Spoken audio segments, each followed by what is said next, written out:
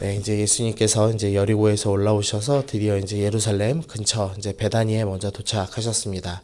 이제 앞으로 있는 일주일 동안은 예수님께서 이제 베다니에서 머무시고 예루살렘에 들어가서 사역하시고 하는 일을 반복하실 겁니다.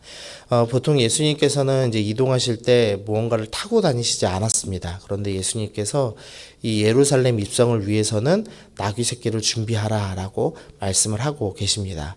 그러면서 아무도 타보지 않은 나귀 새끼를 끌고 오라라고 말씀하고 계십니다.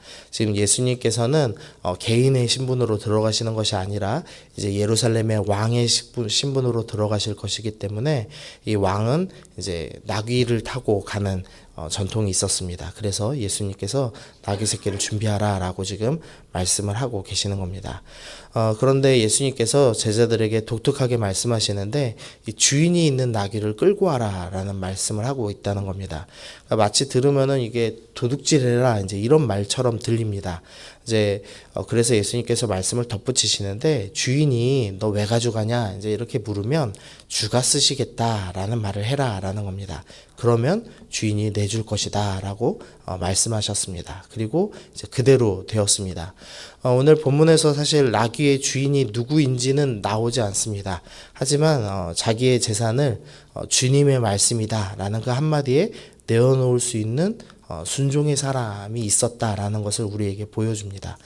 우리는 이름도 없고 빚도 없고 세상 가운데 드러나지 않지만 주가 쓰시겠다라는 말 한마디에 즉시로 내어드릴 수 있는 믿음의 사람이 되어야 합니다. 그래서 오늘 먼저 묵상하시면서 주님 제가 즉시 믿음으로 순종하는 사람, 주가 쓰시겠다 할 때 나의 모든 것을 내어놓을 수 있는 믿음의 사람 되게 하여 주옵소서.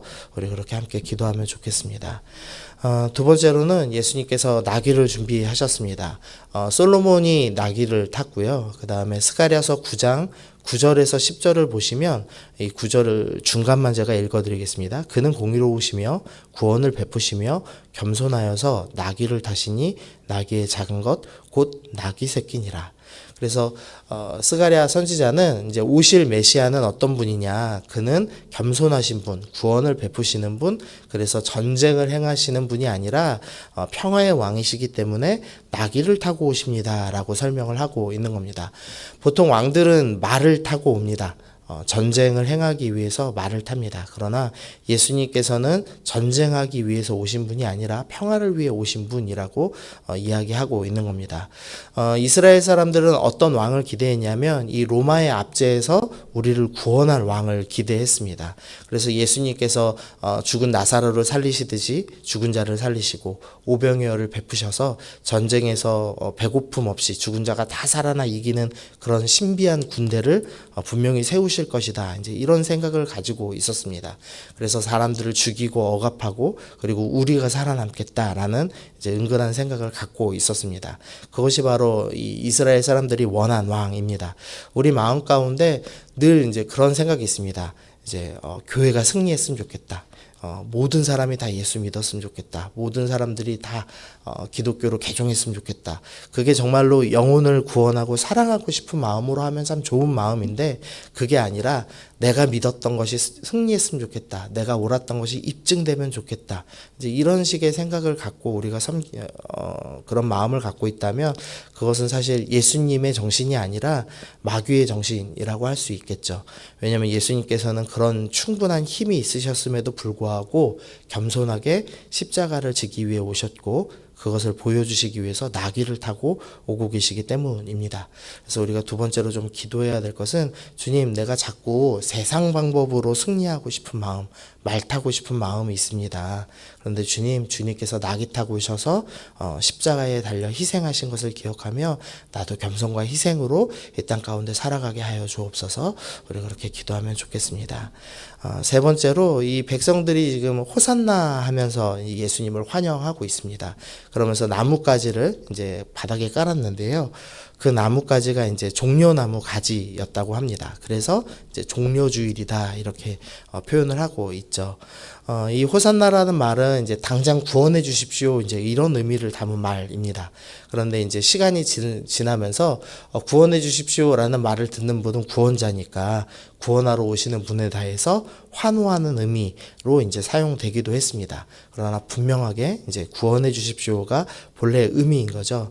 지금 백성들이 호산나라는 말을 할 때 이 아까도 말씀드렸지만 로마를 무찌르는 구원을 일으켜 주십시오. 이제 이런 기도를 하고 있는 겁니다.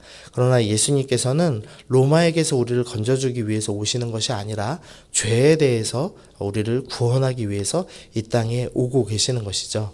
그래서 하나님께서는 지금 우리의 방법으로 우리의 기도를 들어주시는 것이 아니라 주님의 방법으로 우리의 기도를 들어주시기 위해서 오고 계십니다.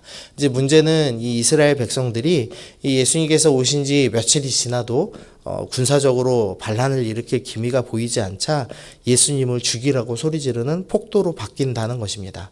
그러니까 결국 내 뜻대로 나를 구원하십시오라고 기도하였고 그 기도가 이루어지지 않자 폭도로 변해서 예수님을 죽이는 사람들이 되었습니다.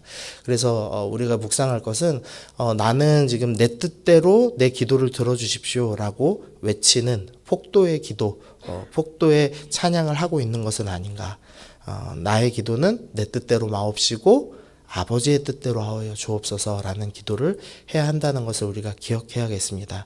우리가 우리의 방법, 우리의 뜻대로 더 많은 것을 구하는 것이 아니라 주님, 늘 주님의 뜻대로 가장 좋은 것 주옵소서, 내가 생각지도 못한 주님의 은혜 베풀어 주옵소서, 우리 성도의 기도로 오늘도 나아가시는 여러분 되시면 좋겠습니다.